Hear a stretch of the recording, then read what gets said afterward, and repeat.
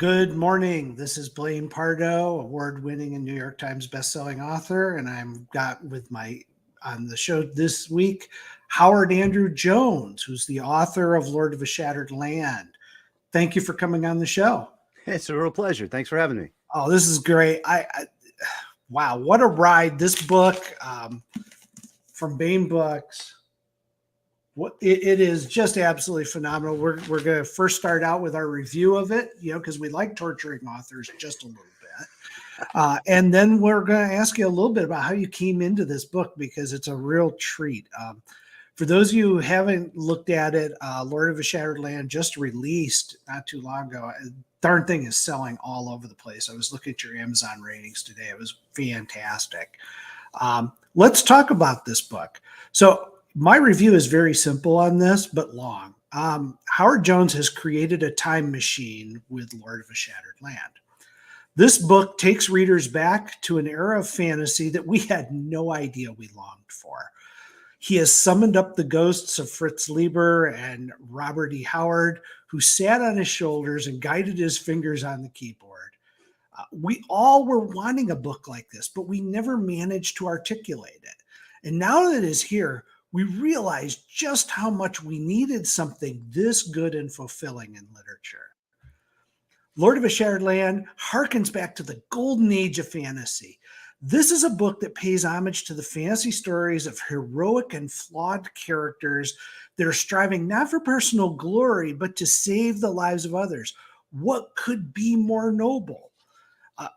Jones has crafted a world where magic exists, but it's not the dominant force in the universe. Politics is not the driving motivation for the characters and plays very little to do with the story. The author's world building is subtle, eloquent, and flawless. There are other books in the genre right now that are attempting to kind of capture that magic of Robert Howard. Jones has harnessed it and imbued his stories of Hanover in what is destined to be the old new standard for things going forward. The chief character, Hanover, is not a young man rising to power. He's old. He's a defeated general whose nation state has been destroyed. His people have been scattered and enslaved. As such, for many readers, it is easy to identify with a character who has been there and done that. In losing his home, he bears a flaw that follows him like a long shadow. He is accompanied by a chronicler of sorts who has his own unique and distinct personality in the story. The chapters are episodic in their structure. Each one could easily be a short story all on its own. And that's how many of these old-style fantasy books were written. They were serialized, and Jones has captured that. He weaves these into a tapestry of the tales of Hanover and his quest to save his enslaved people. The book is thick, the map is detailed, the prose is Tolkienesque in flow and form, the characters are bold, the cover's great, although I miss Frank Frazetta, and the story is absolutely amazing. With that, that's my review. Oh, Lord of the Shattered Lands. Wow. Well, So, I'm delighted. Was that fair? Wow. That's great to hear. Thanks, man. Oh, my God. Now, on a personal note, and this won't be in my printed review of this book damaged me. Until I read it, I thought I might write fantasy, and I thought I could do it. You raised the bar in the genre to the point now where I need to spend some real time and kind of reflect on what is good fantasy literature. So much has been governed by guys that are writing, Robert Jordan and to a certain extent, George R.R. Martin when he actually does write books. And theirs is what I call modern fantasy. The prose doesn't. It's not a crafty or creative prose. You almost tap J.R.R. Tolkien in this. I mean, the prose just flows. And I actually went out and dug up copies of Conan, and we're flipping through it, and it was like, wow, you've really captured the essence of that. So fantastic work. That is high praise. Thank you. Yeah. That was fun.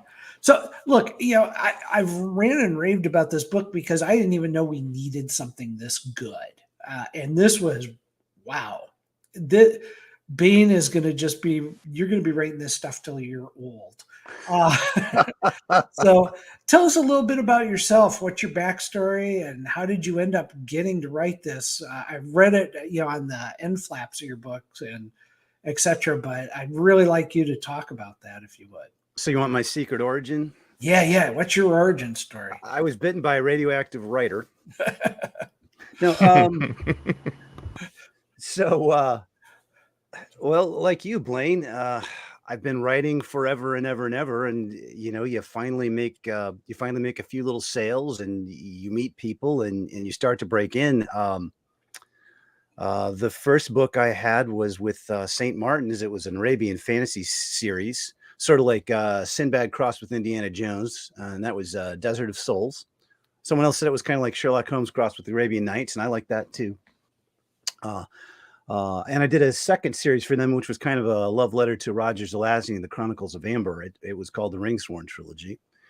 And I also did 4 Pathfinder tie-in novels, and those were a blast. I don't play Pathfinder. I'm still playing 5th edition D&D, but I have all the Pathfinder books because they're pretty cool. Yeah. Oh my God. And yeah, the art and the adventure supplements, and I really like the team behind it too. While I was working on those, I got to know a number of them pretty well. And James Sutter, who was editing the novel line, and then Chris Carey, who came up after him, were 2 of the finest editors I've ever worked with. So that was a real pleasure as well. Anyway, while I was finishing up working on book 3 of the Ringsworn for St. Martin's, I started making notes on the Hanavar books, and I thought, well, I've written a few short stories about Hanavar, and I really want to make them tightly interlinked. How many do I have inside of me? And I tell you, I just was having so much fun. I'm like, oh, maybe I got a book or 2. Like, oh, I think I got at least 3 here. And then this huge arc began. The more ideas I jotted down, the more I realized how it was all going to fit together and what it could all build to. And I wrote the first book, and I approached Bane. And while I was waiting for their response, I just went ahead and wrote the second one so that when they gave me a green light, I could give them the first 2 books in one big gulp. It's good. How is it to work with Bane? I've got an anthology coming out where I contributed to them. They seem really good to work with. Yeah, the amount of support I'm getting, both with making connections and internally, I just feel so well supported and so backed up. And then the interesting thing is when you join, the other writers are like this big family. I've been with several other imprints at this point, and you might make friends with an author here, but you don't have this sense of community. When you show up to a convention with other Bane writers, you're all helping each other out. You're all, opening doors for one another and trading industry information. It's just great. Oh yeah, it is phenomenal. You've been working on this for a long time. From what I gathered, you had a lot of short stories about this, and the overarching arc to this story is absolutely phenomenal. What's really interesting is you don't really ever explain what the plan is. And I like that because every little chapter I read, which was on its own is a short story, you hinted at, Hanavar never shares what his real plan is, what his real goals and objectives are. And I kind of like the fact that you're doing that. And there's a part of me that wants to know the whole story of that, but I really want to read it in the book now. Now, is the second book out or is it coming out soon? It will be released. You have to wait an entire 2 more months for it. Okay. I'm sorry for that. Yeah. So like 60 more days, and it'll launch October 3rd. Oh, that's great. So, and that will carry us another year or so into his life, or? Absolutely. Yeah. Now he's deep in enemy lands, and you'll see what that plan was all along. You have an inkling of it by the final segment of book 1, but you'll see more details pretty early on. Blaine, it's funny. In the past, I would have thought that somebody saying, you know, it's going to take a couple months to get out was like trying to make a joke and being modest, but then I saw your release schedule and Well, you know, a lot of authors don't, you know, people don't realize it, but we're working on books. We've always got one or two in the hopper at any point in time. It's kind of a production cycle. And, you know, it's part of what you have to do because, you know, you want to be able to provide, especially when you're launching a new trilogy, you want to provide the fans and the readers the understanding that the next book is coming. We've had a number of fantasy authors, and George R.R. Martin's one of them, where they don't deliver. There's a point where they stop, and there's more than one author who has done this, and it kills sales. And a lot of fans will actually hold back and not buy a book until they know for sure the next book is actually coming, or they'll wait till it's out because they don't want to get into a series and then have an author stop delivering on it. Right, right. And that's the reason these two are coming back to back. And I guess I should say that the third one's I'm polishing the rough draft right now, and I expect to be turning it over about the same time that book 2 is released. Bain will have book 3, and then I will start work on book 4. So there should be 2 books a year on this. That's great. So how much are you a full-time writer? Yes. Okay. Yes, I am. I mean, I also wrangle our little farm, and that takes a few hours every day, but yeah. Okay. So yeah, how much on a typical day? Let's talk about production because people don't understand. Writers, we work on word counts, and I get a lot of people like, how many pages do you write? And it's like, I have no idea. I just know how many words I create. So for you, you know, what's your routine on a typical day, and what kind of word count do you actually hit on a typical day? Oh my goodness. Well, it really depends on what point of the process. And of course, when you're in the promotions phase, your time gets all chopped up, as I'm sure you know. So right now, my time is pretty chopped up. So, God, how to even describe it? I don't even track word count because I do all my rough drafts in a notebook, and you can't really. Wow. Yeah. I like getting away from the glowing screen that I have to spend so much time in front of. So I do sort of a rough outline scaffolding draft. It's almost like a bad screenplay. I work all of that out in a notebook, and then I slam it into the computer. And that way I don't have, I'm never staring at a blank screen. I already have the structure and the key turning points of the plot. And because I can lean, dialogue comes fairly easily to me. So if the dialogue's mostly working, then I can go in and start prettying it up.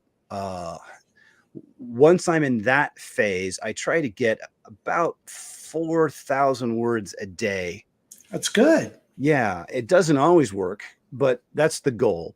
And then, of course, you have to remember that since a lot of it's already written, maybe I already have a good chunk of that 4,000 a day. But what I'm doing is refining it and improving it, you know, and sandwiching the dialogue between descriptions of places and combat scenes. So yeah, I'm never sad if it's just 2,000. Well, yeah, you know, you got to set yourself limits. Like, okay, when do I beat myself up? Well, sometimes it takes a while to wrestle through a problem, right? But well, I go anywhere between 1,000 and 5,000 a day. Yeah, you know, and when you're a writer full time, you know, the weekends kind of become production days too. So, but real life always intrudes, you know. So you go do, you know, this afternoon I got to go mow lawn, so that's going to get into my writing time. right, so, right. You know, it real life actually happens out there, but I don't think a lot of people understand, you know, the process that goes through. How long does it take you when a book is done to go through and do what I call kind of a polish write, or that pass you have to do where you're going back at it all new again? It takes me quite a while. I'm kind of a perfectionist. I go over it again and again, and I generally read it out loud a couple of times, which, you know, a book this length is going to take a while. But yeah, if you don't read it out loud, I find that I miss things. Word echo, repeated phrases. Sometimes I'll be reading out loud. It's like, wow, I've said that word 5 times in this chapter, right? Oh yeah. Yeah. So I think revision is actually super important. It may be the most important point after the initial draft to really make it sing. Yeah. Yeah, I think the first draft, I never show people the first draft of a book. Never. It's like, oh my God, it's like a structured train wreck in some respects. It's like I've kind of vomited what I need to there, and then the polish work can take a long time, and you do have to read it out loud. Yeah, and that Absolutely. on a book this length, I mean, this book with the opening chapter of book 2 that's included with it is 500 pages long. Yeah, I think So it's you're somewhere looking around. at it's 15 hours or so of audio, I think. Right. I think it's like 150,000 words, 152. I forget what the exact number is. That's huge. Yeah. Yeah. And I wanted to make sure that if I was going to write a long book, it wouldn't feel like a long, slow paced book where it was, it slowed down in the middle. And that was part of the reason I went with the episodic structure. I thought of it as I wanted to approach it almost like a season of television where each one could stand alone, but that if you watch them in order, it's much more rewarding because more and more secrets get unveiled. And then, of course, there's this sort of a season finale at the end, right? Oh, yeah. Yeah. It was good. It isn't one of these books that's sometimes you read a fantasy book and it's so laden with magic or it's so laden with combat or fantastic creatures to the point where you're like, it dominates the narrative almost. You don't do that because you've written an episodic format. You're not dealing with a monster that is going to carry through the whole thing and be the central point of the characters. We saw that with Game of Thrones. The dragons became this dominant element of the story, and they really shouldn't have been. The story should have been about the people. And I am dying to know, this character is so cool because he's 50 years old. And I love that. And I've written some older characters, and when I was doing BattleTech stuff, and it's like when you do an older character, it really resonates with the audience because your audience isn't young people reading the book. A lot of it is older people like myself. I'm 60. You're going to get a lot of 40 to 60-year-olds reading this book, and they're going to identify with this guy right off the bat. Now, every author kind of looks at a character and says, I'm basing this character on such and such of an actor, such and such of a personality. Who did you base Hannibal on? Oh my goodness. Well, I've been a fan of Hannibal of Carthage since I was like 16. So what I didn't know is I was actually doing research for this book I would write decades later, right? So I based it off of him, but then because we can only sort of infer what his personality was like from a few anecdotes and very few quotes that have been passed down from us, because the Romans did just a phenomenal job of destroying Carthage and its civilization. Yeah. So to sort of fill out his personality, I did a lot of research on Medal of Honor winners and men like Audie Murphy, for instance.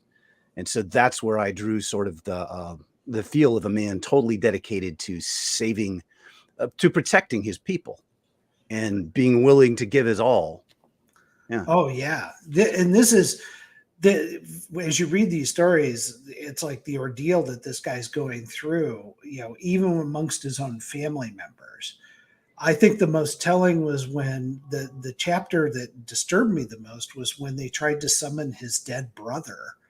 His enemies did to find out where he was and what he was doing. And they were using magic to do that. And I'm like, what a terrible thing to do. And there were some tense moments. I mean, you actually made it tense reading about a dead ghost being summoned, because you're like, is he going to spill the beans? Is this going to be the downfall portion of this, and it was really a lot of fun. Well, that makes me happy because, once you're writing these things, it's harder to make another writer tense because they've seen the tricks, Oh yeah. Yeah.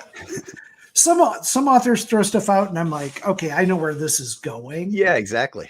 I didn't, with your stuff, I never was 100% sure where it was going. And there's actually a chapter where Hannibal himself, and near the end of the book, isn't as much a major player in it. He's been injured and the point of view kind of shifts a little bit. And I like that because it was like, I didn't see that happening. And I love the little details that you did of, we're looking for this man, but all they can do is go off descriptions. There's no photographs, so he looks like this. He looks like he's military in bearing. And they're like, yeah, but everybody who's a veteran walks around with that military bearing. And, so it's, there's several times he's talking to his enemies who are looking for him and don't know that they're talking to him. And you're like, and he's not even worried about it because he doesn't have to be, unless he runs into someone who's actually seen him. It was also brilliant. The chapter you did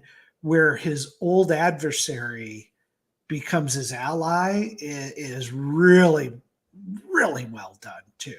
The level of respect between peers is something that's so honorable. And I think will click with anybody who's ex-military at all. They're going to read that chapter and go, I understand that thinking. I'm so glad. That's actually probably my very favorite segment of the book. And, I wanted to write a book where I liked all of it. I didn't want to phone it in on any of them, but I really like that segment. So I'm glad that one resonated with you. It was good because you're just like, this guy could flip. You're like, he knows who he's talking to. Is he going to be, where is he going to fall in this? And it was great. It was just phenomenal. There are so many parts of this that are well done, and nothing blew me away more than the episodic approach. So many fantasy authors take you on this long journey, and it's like you're plotting through one chapter and into the next, and the chapters all throw in little elements here and there. You wrote each chapter as a separate story. You could literally have published this in serialized form and it would have been perfect. It's such a brilliant thing. Was that your innovation, or was that something that the editors suggested? No, that was me. That was my crazy idea.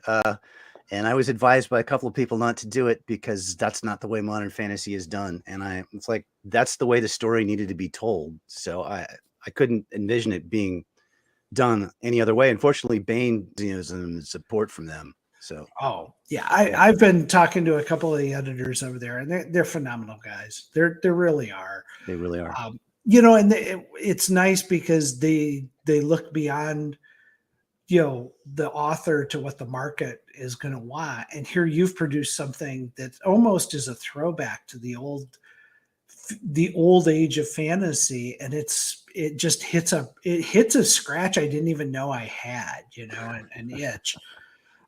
It was really phenomenal. So what else have you got brewing besides this series? Because I know I know as an author, you probably are already 6 books out and you're thinking on some stuff. Well, at this point, it's basically all Hanavar all the time. So, I'm out promoting 1, and book 2 is coming so soon that I need to start scheduling promo for book 2 as well. But I'm head over my laptop working hard on book 3 and expanding notes on what happens in book 4. And of course, I'm always thinking about my very loose outline for 5 and beyond. I'd like to make it just a little bit longer. So hopefully enough people buy these first few that they'll say, hey, you can do a few more. And so how many books do you think are going to be in the series? 6 or 7? Or actually, yes, they signed me for 5, and I see there's a turning point at the end of 4 where I see I could get 1 more in the main line. And then I think it would be kind of cool to do sort of not a compendium, an anthology at the end where they're not as tightly connected, where there's sort of like lost tales of other people who've encountered Hanavar over the course of his journey, or that happened in between the journeys. And I've written 3 or 4 of those already, and I have thumbnails for many more of them. That's the thing. This character is so much fun to write. I just have this huge collection of thumbnails, some of which I've already taken out into page-long outlines. I'm just delighted writing them, right? So I want to be able to just do it all in one big gulp, so it all has the same style. Well, you're going to be the victim of your own success, Howard, because the problem is fans are going to love this series, and that's where they're going to want you to write, and that's what you're going to be writing. And so I'm hoping it'll be 8 or 9 books, because that'll keep you busy for a year or 2 at least. Yeah. Great. Well, how can people connect with you? Well, I'm on the platform formerly known as Twitter at at Howard Andrew John. There wasn't enough room for Jones, so it's Howard Andrew John. I'm on Facebook. I think it's Howard Andrew Jones .1, and I'm on there a little bit more than I am on Twitter.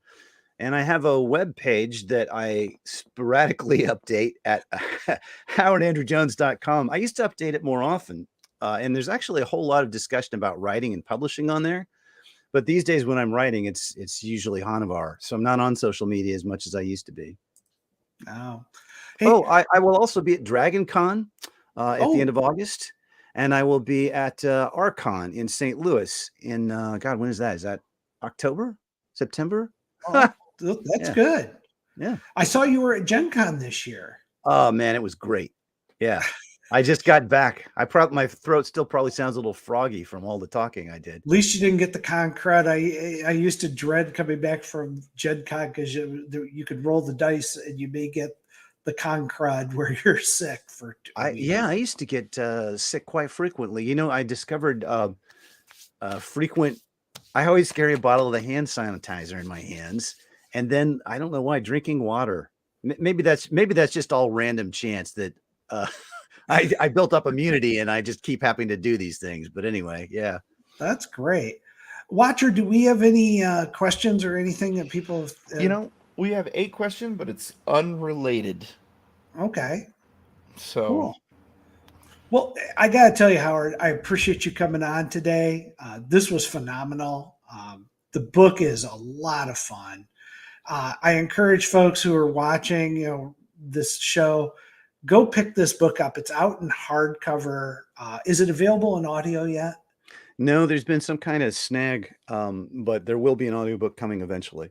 Okay. Well, pick it up. It's well worth reading.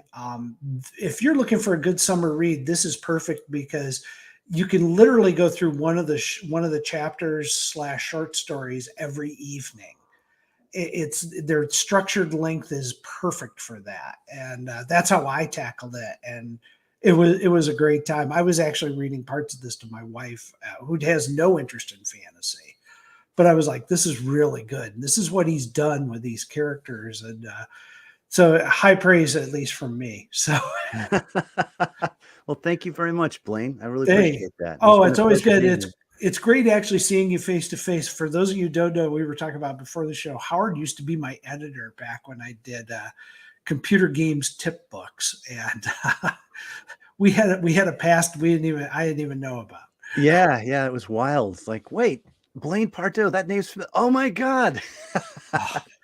Those were rough times, man. Those were fun books to do, but they were a nightmare to produce. Well, the production schedule, I remember people would always say, oh, so these authors get to write game books? That sounds great. Not knowing that the game manufacturers would always give you a buggy copy, not quite ready for release. And then because the book had to be released at the same time as the game, or it wouldn't possibly sell, you had to write the book in like 2 or 3 weeks off of a buggy version. Yeah, it was a real challenge for our writers, and they had to work hard and they had to work long hours, and yeah, it was crazy. It was fun. But it was fun. Right? That entire industry has changed. Oh, it was. Yeah, I was going to say you two have now got me wishing that I had this ready beforehand, where I could have done the Doge Cheems meme of former games journalists, modern games journalists. Yeah, now that everything's online, there's no need for the tips books anymore the way we used to do them. But you used to have to go through and screenshot everything. Yeah, write these things up, and then if you got it wrong, if you said turn right and you were supposed to turn left, you would get these nasty emails from 14-year-old kids. Yeah, you would. Wow. Real quick, now we do have a good question. Diatica asks, what are your current favorite games, if any? Figure it out and things along those lines. All right. Well, thank you very much for being on the show, Howard. I really do appreciate it. Best of luck with Lord of a Shattered Land. I think you're going to be busy as heck for the next few years. Well, thank you, Blaine. I hope I will be busy with this because I certainly love doing it. It's great to be busy doing what you love. Oh, it absolutely is. And for those of you who have joined us, make sure you click on the like button and the subscribe button because we do appreciate you following us every week. Next week, we've got a really interesting science fiction author coming on. We're going to be talking about his series, so tune in for that. And thank you very much for joining.